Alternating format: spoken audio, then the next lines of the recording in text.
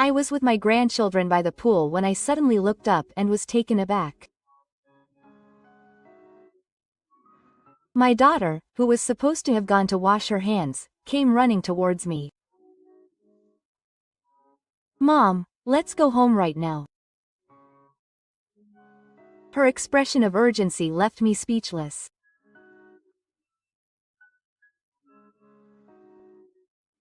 Without understanding what had happened, I followed Mizuki's instructions and wrapped each of my grandchildren in a towel one by one, then hurriedly got into the car parked in the parking lot.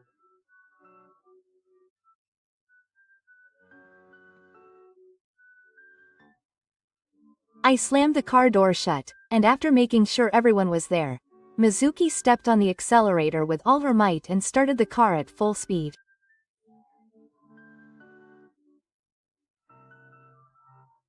Mizuki's face, staring at the public pool building through the rearview mirror, was paler than I'd ever seen it, even as her mother. What happened next? Didn't you think something was strange? What happened? I waited for the traffic light to stop and asked her hesitantly, and Mizuki took a deep breath before answering in a trembling voice.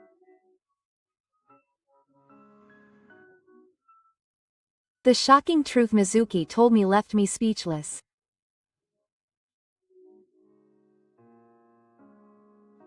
My name is Kaori Shibayama. I'm 54 years old. I am a lawyer who runs my own small law firm. I have been through countless battles in my career. The legal world is not easy. But I still love this job from the bottom of my heart. In order to protect people in difficult situations from the law and support them to get back on their feet, I have to become stronger myself. Yes, I have vowed to myself since I was young. For several years after becoming a lawyer, I spent my days training hard at a major law firm headed by a female lawyer from the same university, Seno Tamao.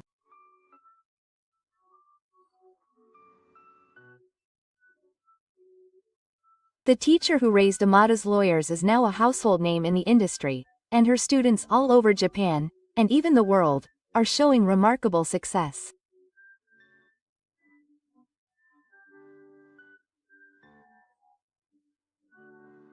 Even though I was still a weakling who didn't know what to do, she gave me strict but warm guidance from that time on, and it wasn't just legal knowledge that was drilled into me.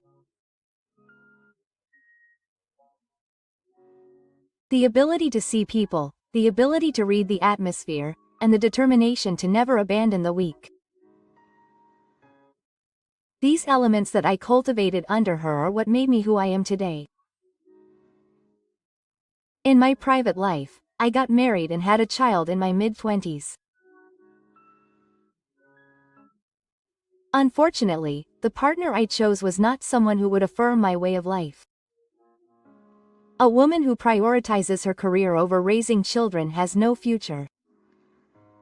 I was given these kinds of heartfelt words. It didn't take long for me to lose my love for him, who was so unsympathetic to my work.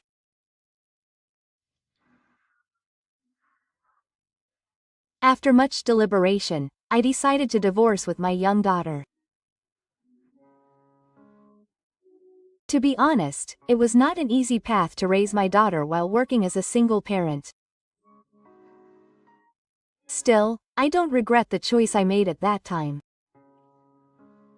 It was many times better than living a lie to myself and my daughter. My daughter Mizuki, born with my ex-husband, grew up healthy and is now 29 years old. From a parent's perspective, I think she grew up to be a strong and kind-hearted child.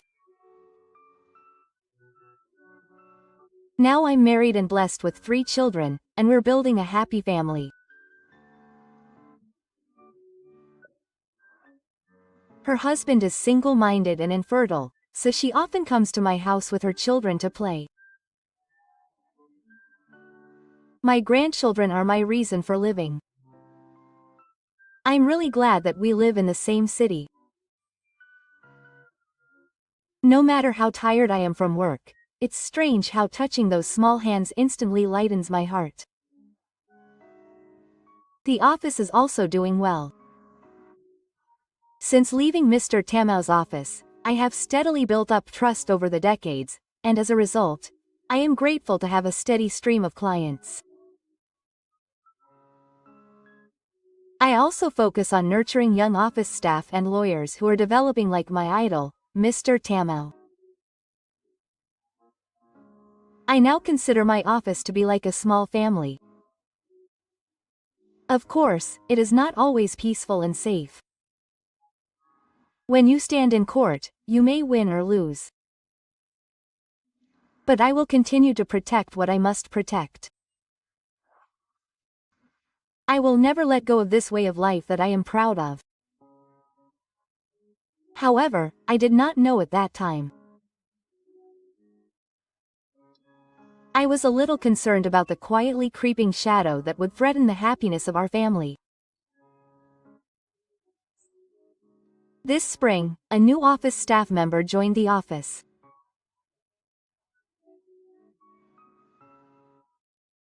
Shigeru Kitagawa is 38 years old and has little work experience for his age, so I was a little concerned about his background, but he told me that he had a history of aiming to take the bar exam, and that he gave up his dream of becoming a broadcaster after a difficult life as a ronin.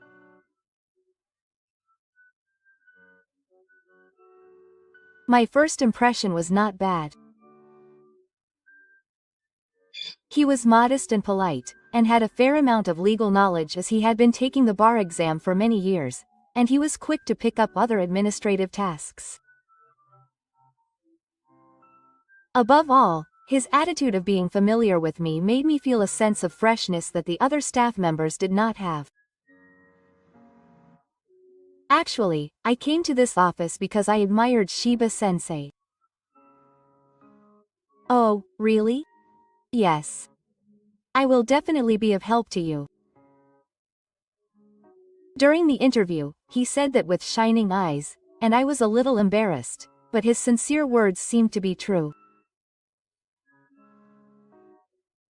I don't feel bad about the effort I've accumulated so far, as I think that it has influenced someone's life. However, as time passed since I was hired, I gradually began to feel uncomfortable. I don't know why, but the suspects always check my behavior. They want to know about my outside business plans and try to understand in detail what cases I am currently in charge of.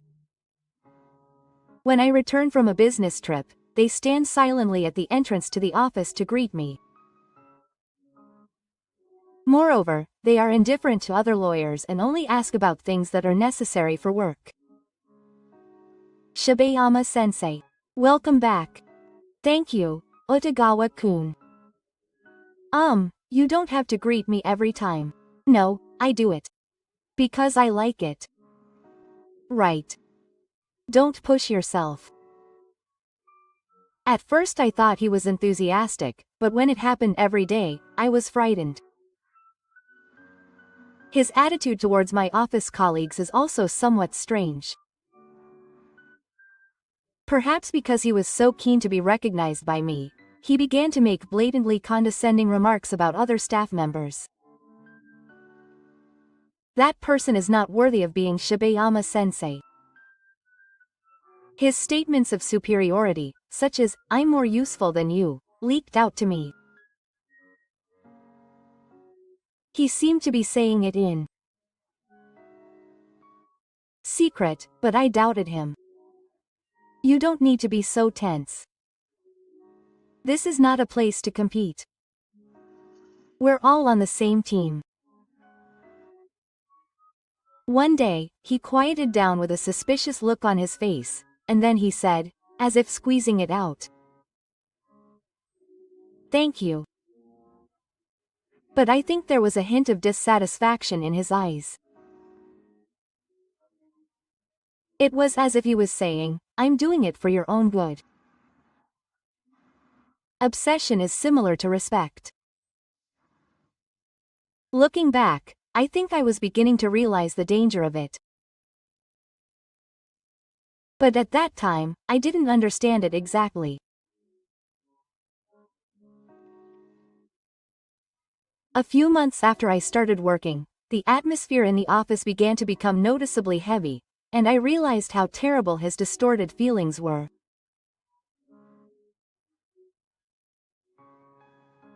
The first trouble to surface was something trivial. The submission of documents was delayed. There was a 5 in the way the document was written. Such a common mistake. It was within the range that could have been easily recovered, but I blamed the suspect more than necessary. Don't you feel sorry for making such a basic mistake to Shibayama-sensei? Please don't embarrass the teacher too much. Just quietly and persistently corner the other person. It didn't take long for rumors of such interactions between the suspect and the office staff to spread here and there. The young staff member in charge of reception at the office, the secretary, also acted as if he was recognized by Shibayama-sensei. He only got involved in cases that he thought would be successful, and if it went well, he took the credit for it. If it failed, it was all someone else's fault. At first, I tried to interpret it as just being too hard on the suspect. But complaints about him started coming to me almost every day, and I gradually began to find it hard to admire him. "Mr. Sagawa, why do you corner other people so much? I told you before. We're all part of the same team." I pointed this out carefully, but the suspect, who faced me in the interview room, remained expressionless.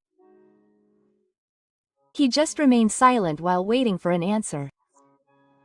Even when I gently warned him, there was no improvement. On the surface, he would say that he would be careful, but the next day someone was crying again.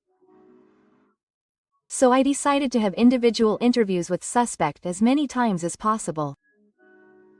I decided that I couldn't take an ambiguous attitude in order to protect the other staff. However, with each interview, an eerie sense of discomfort grew in my chest. It felt like his eyes were looking at me, but also at something else. If you really want me to acknowledge you, learn to support them instead of discouraging them. The night I said those words, I suddenly wondered if the pure gaze he showed at first was really real. And at the same time, I felt a small inheritance in the depths of my heart. I thought that if this continued, something irreversible might happen. The interviews with suspect had become just a formality. No matter how many times I warned him, he would repeat the same thing. Gradually, he took a rebellious attitude towards me and developed a self-centered victim mentality. No matter how hard I tried, Shibayama-sensei would never acknowledge me in the end. When he spat out those words, his eyes were quietly but surely clearing away his madness. Every time I retired with him, anxiety began to grow in my chest. It probably started to grow. If I didn't produce results, I wouldn't be recognized. I had to prove that I was more useful than anyone else. Driven by such a small official, he gradually began to show signs of going out of control. One day, Mizuki invited me to take my children to the public pool. I was looking forward to a peaceful weekend with just my mother, children, and grandchildren for the first time in a long time, but when I was casually talking about it in the office, something surprising happened. Suspect, who had been listening to the conversation for some time, interrupted with shining eyes. Sensei, I'll help you too. I can carry your luggage. Thank you. But your feelings are enough. I immediately, but as politely as possible, refused. I can't bring my subordinates to my private time. Above all, his recent unstable behavior may have some effect on my daughter and grandchildren. Just thinking about it made my heart go cold. But I didn't doubt it. He kept insisting that he wanted to be helpful and repay me. I'm really fine, so you should take it easy on the weekend. He finally backed down after I said that. But his expression was darker than usual.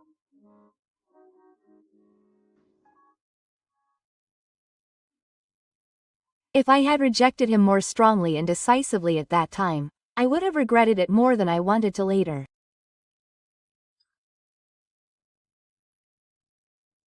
And on the weekend, the moment we arrived at the public pool, my 3 grandchildren all finished their swimwear at once. Seeing the children changing into their swimsuits and frolicking with colorful floats, I felt truly healed. Here, I could forget about work and all the doubts. That's how I felt. While taking turns watching over the 3 young children with Mizuki, I enjoyed a peaceful family time for the first time in a long time.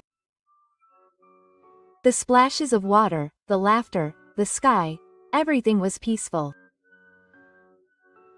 Until that moment, I was resting with my grandchildren by the poolside, but when I suddenly looked up, I was taken aback. Because my daughter Mizuki, who was supposed to have gone to wash her hands, came running towards me. Mom, let's go home now. I couldn't speak immediately because of that dangerous expression. In the end, not understanding what had happened, I followed Mizuki's instructions in silence, wrapped each of my grandchildren in a towel in turn, and hurriedly got into the car parked in the parking lot. After closing the car door on the heater and making sure everyone was there, Mizuki stepped on the accelerator as hard as she could and started the car. Staring at the public swimming pool building through the rearview mirror, Mizuki's face was paler than I had ever seen it, even as her mother. What on earth happened?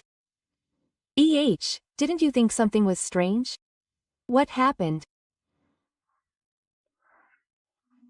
I waited for the traffic light to turn and asked her hesitantly, and she took a deep breath and answered in a trembling voice. That man was there. The man from... You see, there was a strange man in your mother's office. Are you talking about Kawa-kun? For a moment, my mind went blank. Mizuki had met him suspiciously when she had stopped by my office before. After that, I asked her to talk briefly, so it seems that my daughter thinks of suspect as an odd subordinate. Mizuki continues as I remain silent. Just now, while the kids were playing, I saw a man doing something secretly to a life jacket. When I looked closely, I saw that he had poked a hole in the jacket with something sharp. He was definitely planning to make it look like an accident and drown her. As soon as I understood what he meant, I felt a chill as if my whole body had been immersed in ice water. Suspect's recent behavior flashed back in my mind. He would do anything to be recognized by me, his boss. He would stop at nothing to prove his existence. That gaze of impatience and madness. This was not just idleness or a random obsession. It was undoubtedly malice. I pressed my clenched fist against my knee and somehow managed to suppress my trembling.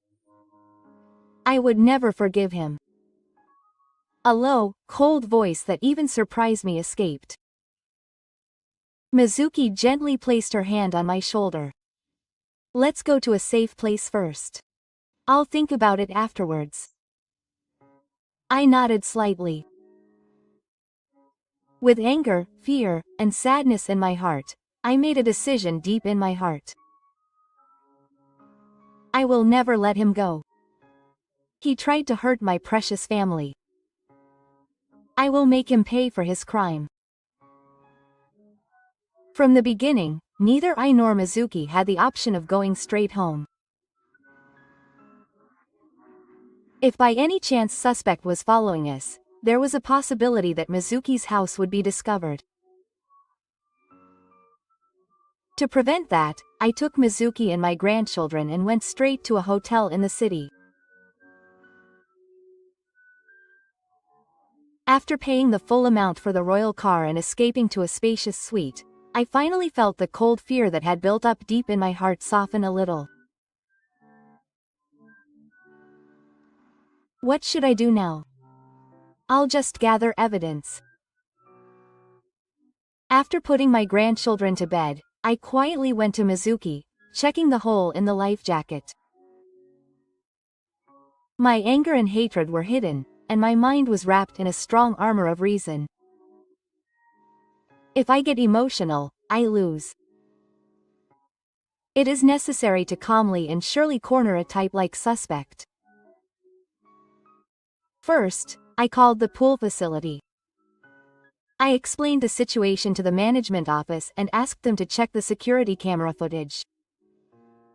The facility site kindly promised to cooperate. Perhaps they judged it to be a serious problem concerning the safety of the children, or perhaps they heard about my title. The next morning, I headed to the public pool. As soon as I introduced myself at the reception, the manager guided me to a small room.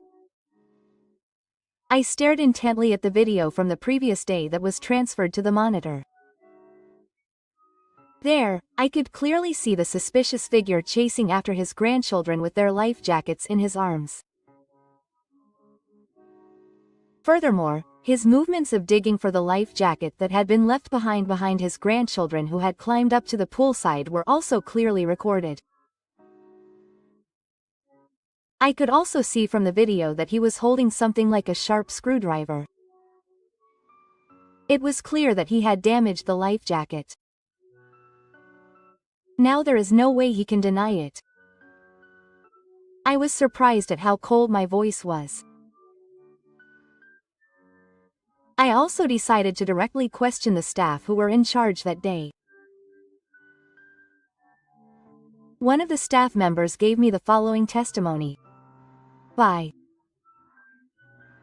the way, yesterday there was a man I had never seen before wandering around the children's pool, and when I tried to call out to him, he ran away.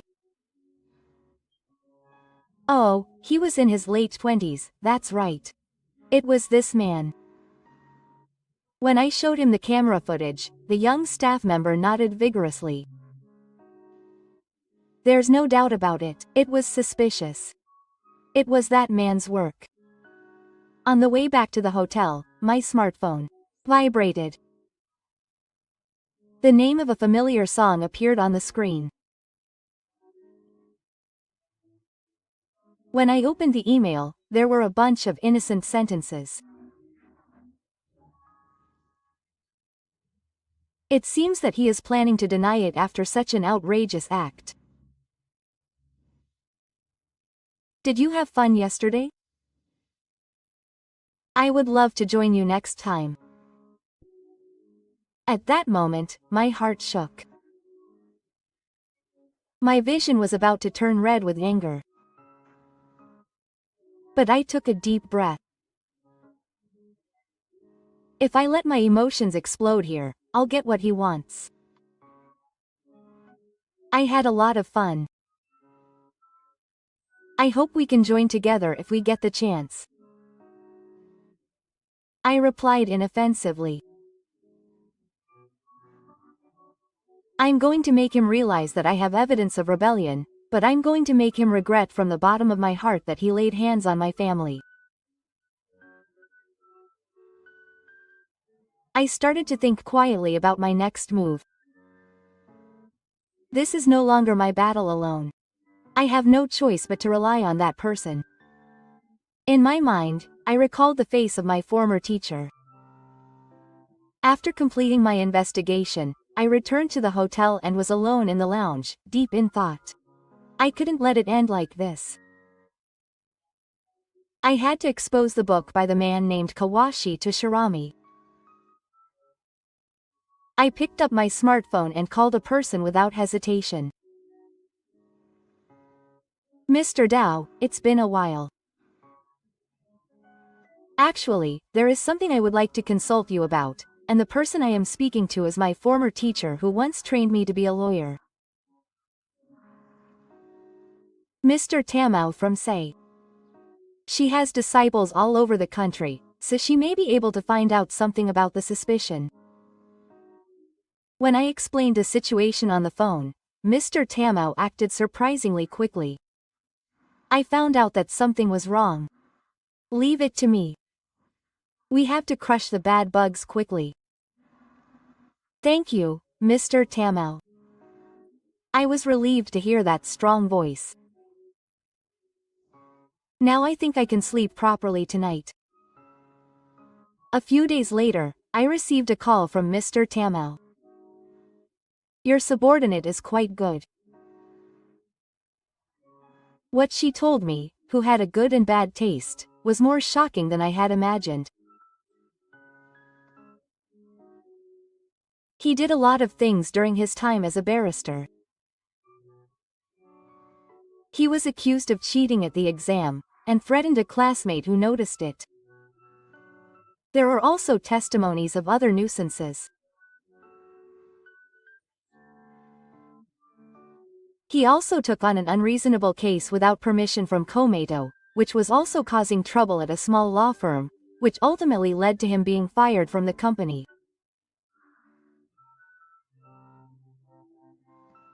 Of course, there is not a single word about that on his resume.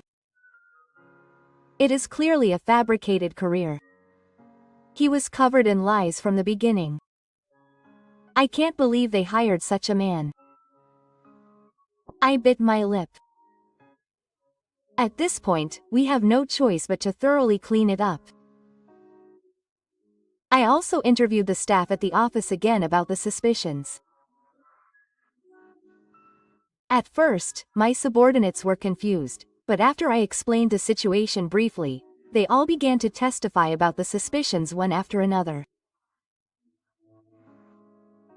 They attacked me as if I had caught them for making minor mistakes. They must be intentionally lowering the work efficiency. They threatened to expose me to Professor Shibayama. I made the materials, but Mr. Suji changed them without my permission, brought up mistakes, and pushed the mistakes onto me, and I was really at my mental limit. The suspicions continued to overflow one after another, and the maneuvering was so rude. He had been using dirty means to frame his other subordinates in order to get my evaluation. I was deeply hurt by that fact. At the same time, a quiet anger welled up from the bottom of my body. I'm really sorry. I had to protect everyone, but when I bowed deeply, my subordinates shook their heads. It's not the teacher's fault. But we've reached our limit. Isn't that right? I've made up my mind. I won't let that man hurt anyone again. I'll protect my office and my family with my own hands. I'll kick him directly. Quietly. But I said it with unwavering determination. The next time I face the suspect, I won't show any mercy. I picked up my smartphone again and typed an email to the suspect to tell him the time of the interview. When I pressed the send button, a different kind of tension than usual spread in my chest. But I won't hesitate anymore. This is a battle that must be ended right now. The office's king. He looked a little nervous about the suspect's call, but he seemed to be somewhere. I urged him to sit in the chair without any expression. Please sit down. Yes. I left a little and started. I have something to tell you about the incident at the pool last weekend. Suspect's eyes twitched for a moment. But he quickly regained his composure. The pool? What is that about? He seems intent on denying everything. If that's what he wants, then we have no choice but to take a more appropriate stance. I gently placed a picture I had printed out beforehand on the table. It clearly showed the moment suspect was mining something in his grandson's swim ring. It was a clip from the security camera.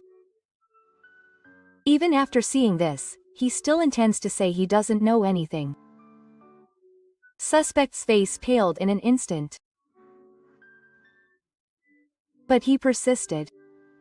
It was just by chance that he happened to be passing by.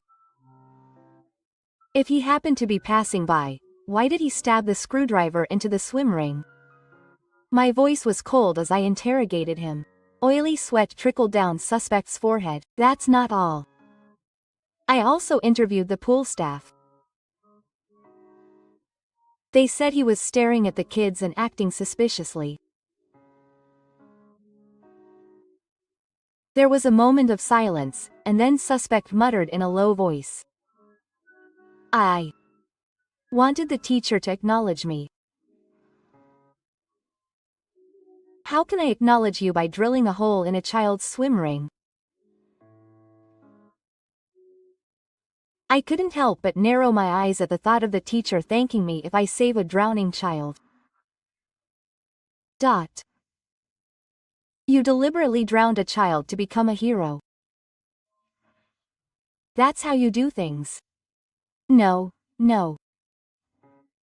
I hastily denied it, but my voice no longer had the strength it had before. I stood up from my chair and looked down at him. It's a complete failure as a person to put a child's life at risk for your own petty business desires. I can understand why you couldn't become a lawyer. Please listen to me, Shibayama-sensei.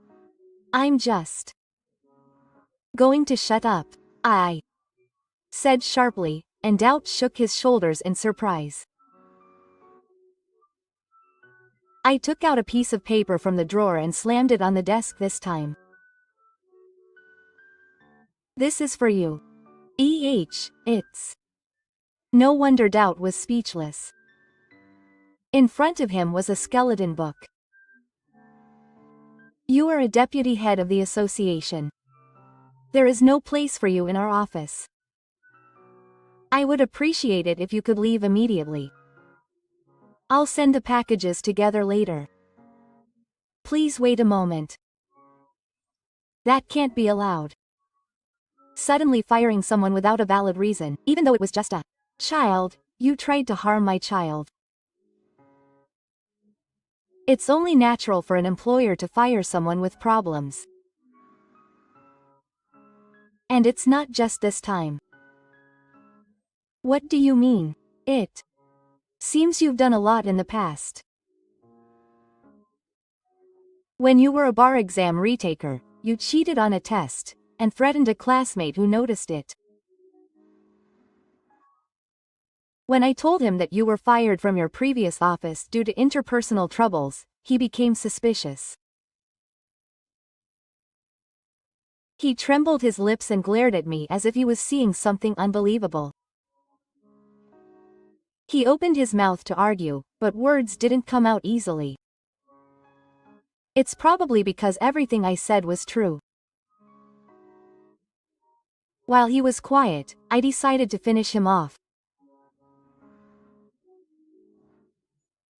You made false statements about your past history in the interview for the new employee, and in order to gain my evaluation, you ignored my advice to resign and repeatedly caused trouble, and caused the failure of our office. I believe that you are worthy of termination of your employment contract. Kawa looked shocked for a moment, but gradually his face twisted in anger and he raised his voice. Who do you think you are? I don't want this office. Shouting echoed throughout the office. I could feel his subordinates following him from the other side of the door. I told him quietly but clearly. Don't show your face in front of us again.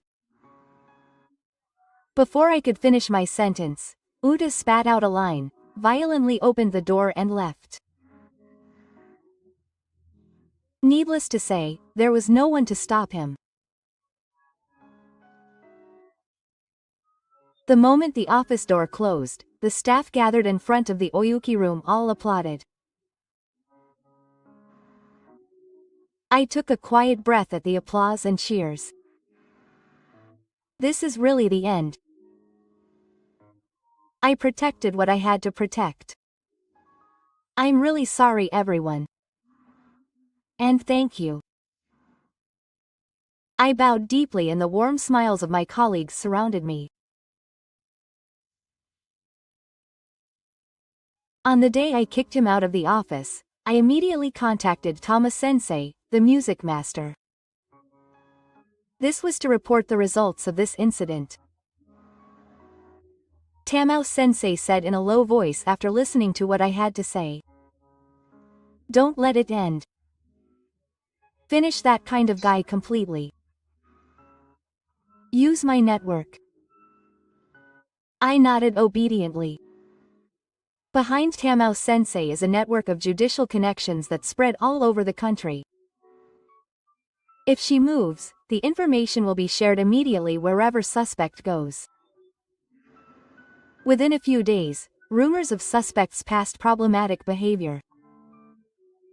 This dangerous behavior spread throughout the industry. Even if he tries to get a new job, no one will hire him. In fact, when suspects started looking for a job later, both the Judicial Scrivener's office and the Administrative Office's sub-office turned him away. It's the business's fault. I muttered calmly. But this is not the end. It seems that the cornered suspect became even more obsessed with me. At first, he would hang around my house, then Mizuki's house, and then he started appearing near the elementary school and nursery school where my grandchildren go. When I found out about this, my whole body trembled. I will not forgive him. I immediately took action as a lawyer. I organized the evidence I had collected and submitted it to the police. In the end, the police understood the seriousness of the situation and acted relatively quickly to issue a restraining order. The suspect, who was questioned, kept making excuses such as, "It was just a coincidence," but the security footage and witness testimony shattered that. As a result, he was taken in by his parents in the countryside. His elderly parents were said to have been red with shame and groaning when they found out about their son's evil deeds. It's finally over.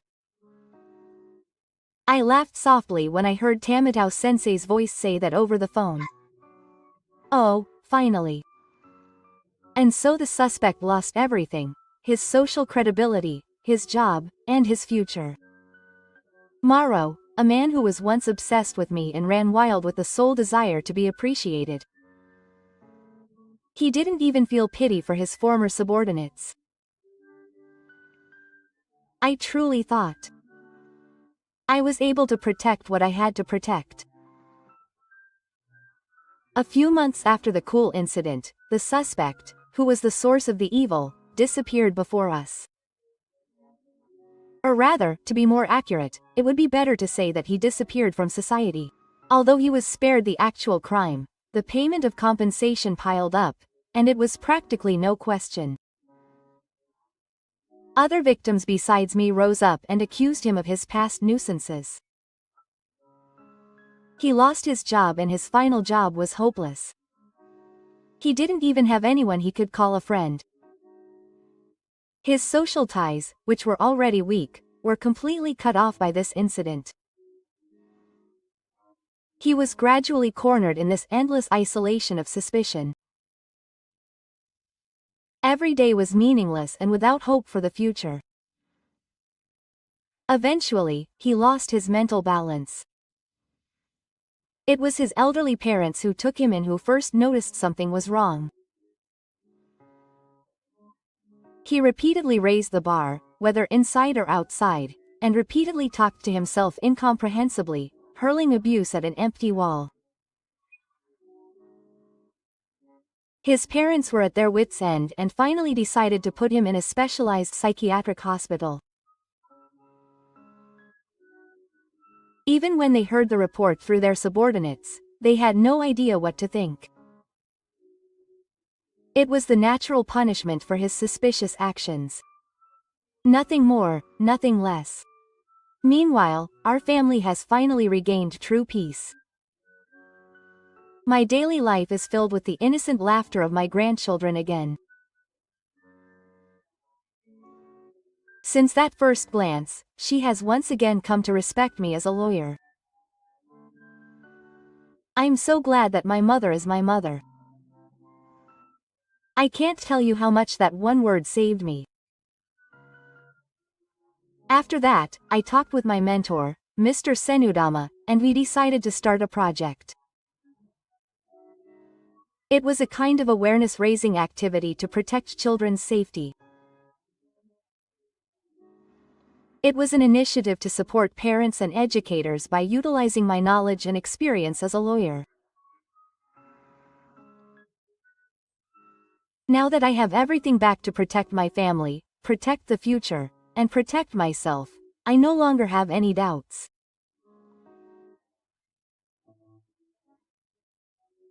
As I watched the smiles of my grandchildren growing day by day, I certainly felt that a warm future was unfolding before me.